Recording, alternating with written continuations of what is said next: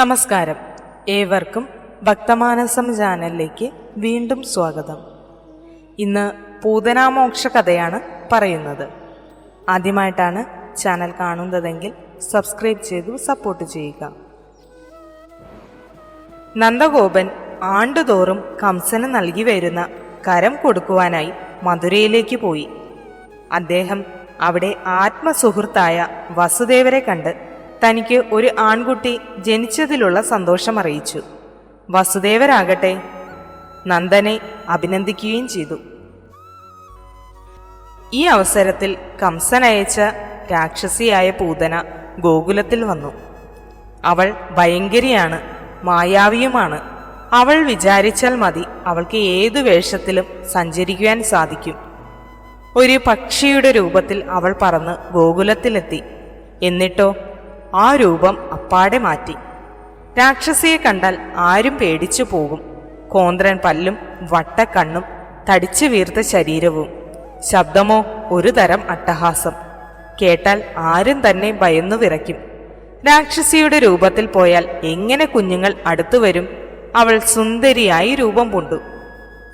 അങ്ങനെ ഗോകുലത്തിൽ അവൾ കടന്നു കയറി. എല്ലാവർക്കും അവളെ ഇഷ്ടമായി. പരിചയം നടിച്ച് അവൾ എല്ലാവരോടും ചിരിച്ചു. പെരുമാറ്റമോ ആർക്കും ഒരു സംശയവും തോന്നിയില്ല. പരിചയക്കാരിയായ ഏതോ ഗോപിക. അവൾ ഗോകുലത്തിലെ ഗ്രഹങ്ങളിൽ കയറിയിറങ്ങി കരയുന്ന കുട്ടികളെ എടുക്കും, ഓമനിക്കും, കുളിപ്പിക്കും, പാട്ടുപാടി ഉറക്കും. കുട്ടികളെല്ലാവരും പൂതനയെ ഇഷ്ടപ്പെട്ടു. അവർ അമ്മമാരുടെ പക്കൽ നിന്ന് പൂതനയുടെ കൈകളിലേക്ക് കുതിച്ചു ചാടി. അങ്ങനെ സുന്ദരിയായ രാക്ഷസി ചിരിച്ചുകൊണ്ട് കണ്ണന്റെ അടുത്തെത്തി. കണ്ണൻ കാലിട്ടടിച്ച് ഒന്നും അറിയാത്ത മട്ടിൽ ചിരിച്ചു കളിക്കുകയാണ്. പൂതനയേക്കാൾ വലിയ സൂത്രക്കാരനാണവൻ. സുന്ദരിയായ ഒരമ്മയെപ്പോലെ പൂതന കണ്ണനെ തന്നെ നോക്കി നിന്നു. അവൾക്ക് കണ്ണനെ മാറോടണയ്ക്കാൻ തിടുക്കമായി.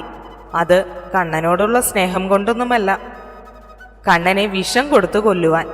കംസൻ അവളെ അയച്ചത് അതിനാണല്ലോ. അതിന് ആ ദുഷ്ടരാക്ഷസി തക്കം നോക്കുകയാണ്. പൂതന ചുറ്റുപാടും നോക്കി. രോഹിണിയും യശോദയും ആരുമില്ല. അവൾ കണ്ണനെ വാരിയെടുത്തു. ഏതോ ഗോപിയായിരിക്കും കണ്ടവരൊക്കെ കരുതി. പരിചയം നടിച്ച് ചിരിച്ച് നടന്നാൽ പരിചയക്കാരല്ലെന്ന് പെട്ടെന്ന് അറിയാനൊക്കുമോ? പൂതനയുടെ സൂത്രവും അതായിരുന്നു. കണ്ണനെ എടുത്ത് അവൾ മടിയിൽ കിടത്തി. അവൾ തൻ്റെ മുല കണ്ണിന്റെ വായിൽ വെച്ചു കൊടുത്തു. ആ മുലപ്പാലിൽ വിഷം നിറഞ്ഞിരുന്നു, ഉഗ്രവിഷം. അകത്തു ചെന്നാൽ ഏതു കുട്ടിയും ഉടൻ മരിക്കും. പക്ഷേ ഭഗവാനെ കൊല്ലാൻ ആർക്ക് കഴിയും? കണ്ണൻ മുല വലിച്ചു കുടിക്കുക തന്നെയാണ്. പൂതനയ്ക്ക് സംശയമായി. തൻ്റെ മുലപ്പാലിൽ വിഷമില്ലേ? ഉണ്ടല്ലോ, ഞാൻ ഉറപ്പുവരുത്തിയതുമാണ്. എന്നാൽ കുഞ്ഞിന് തളർച്ചയോ ക്ഷീണമോ ഒന്നും കാണുന്നില്ല. വിഷം അകത്തു ചെന്നാൽ അല്പനേരം മാത്രമേ ജീവൻ ഉണ്ടാകാറുള്ളൂ. എന്നാൽ കണ്ണന് ഒരു മാറ്റവും കാണുന്നില്ല. അവൻ കൂടുതൽ ഉത്സാഹത്തോടെ മുല കൈകൊണ്ടമർത്തി പിടിച്ചു കുടിക്കുകയാണ്. എന്തൊരത്ഭുതം! ഉണ്ണിക്കണ്ണൻ പൂതനയേക്കാൾ സൂത്രക്കാരനാണ്. അവൻ ഇടയ്ക്കിടെ പൂതനയുടെ മുലയിൽ നല്ല കടി കൊടുക്കും. അപ്പോൾ പൂതനയൊന്ന് ഞെട്ടും. വീണ്ടും അവൻ കടിച്ചുകൊണ്ടേയിരിക്കും. അങ്ങനെ കടിച്ചും വിട്ടും കുടിച്ചും കുറേ സമയം കഴിഞ്ഞു. പൂതനയ്ക്ക് വേദനിച്ചു തുടങ്ങി. അവൾ കണ്ണന്റെ മുഖത്തേക്ക് തുറിച്ചു നോക്കി. ഭഗവാനുണ്ടോ ഭയം?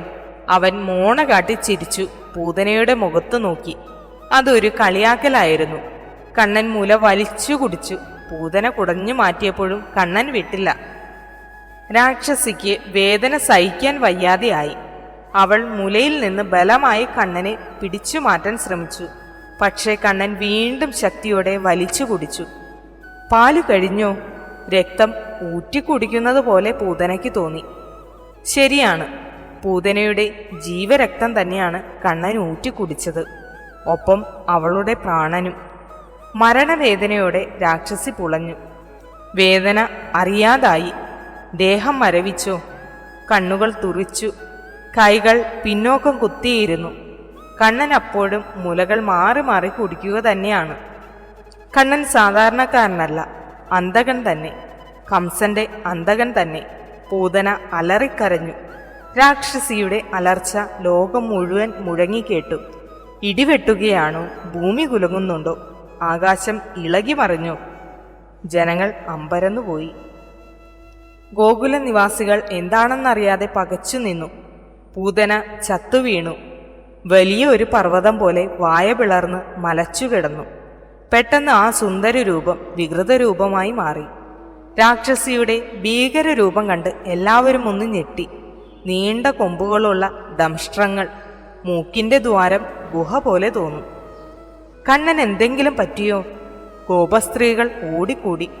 കണ്ണൻ മോണ കാട്ടി ചിരിച്ചുകൊണ്ട് മല പോലുള്ള രാക്ഷസിയുടെ മാറിൽ കിടന്നു കളിച്ചു. യശോദ കണ്ണനെ വാരിയെടുത്തു. രോഹിണി ഉണ്ണിയെ ഒന്ന് ലാളിച്ചു. പിശാചിന്റെ അടുത്തിരുന്നതല്ലേ, വല്ല ബാധയും ഏറ്റിട്ടുണ്ടാകുമോ? ഗോപസ്ത്രീകൾ രക്ഷാമുറകൾ ചെയ്തു. ഇനി എന്തു ചെയ്യും? അപ്പോഴേക്കും നന്ദഗോപർ മടങ്ങിയെത്തി. പൂതനയുടെ ഭയാനകമായ ശവശരീരം കാണുകയും ഗോപന്മാരിൽ നിന്ന് നടന്ന സംഭവങ്ങൾ അറിയുകയും ചെയ്തു. അവർ പൂതനയുടെ ദേഹം ദൂരത്ത് കൊണ്ടുപോയി ദഹിപ്പിച്ചു. അതിൽ നിന്നും സുഗന്ധമുള്ള പുക ഉയരുന്നത് കണ്ട് ഗോകുലനിവാസികൾ അത്ഭുതപ്പെട്ടു. ഭഗവാന് മുല കൊടുക്കാൻ ഭാഗ്യം സിദ്ധിച്ച പൂതന പുണ്യവതിയായി സ്വർഗം പ്രാപിക്കുകയും ചെയ്തു.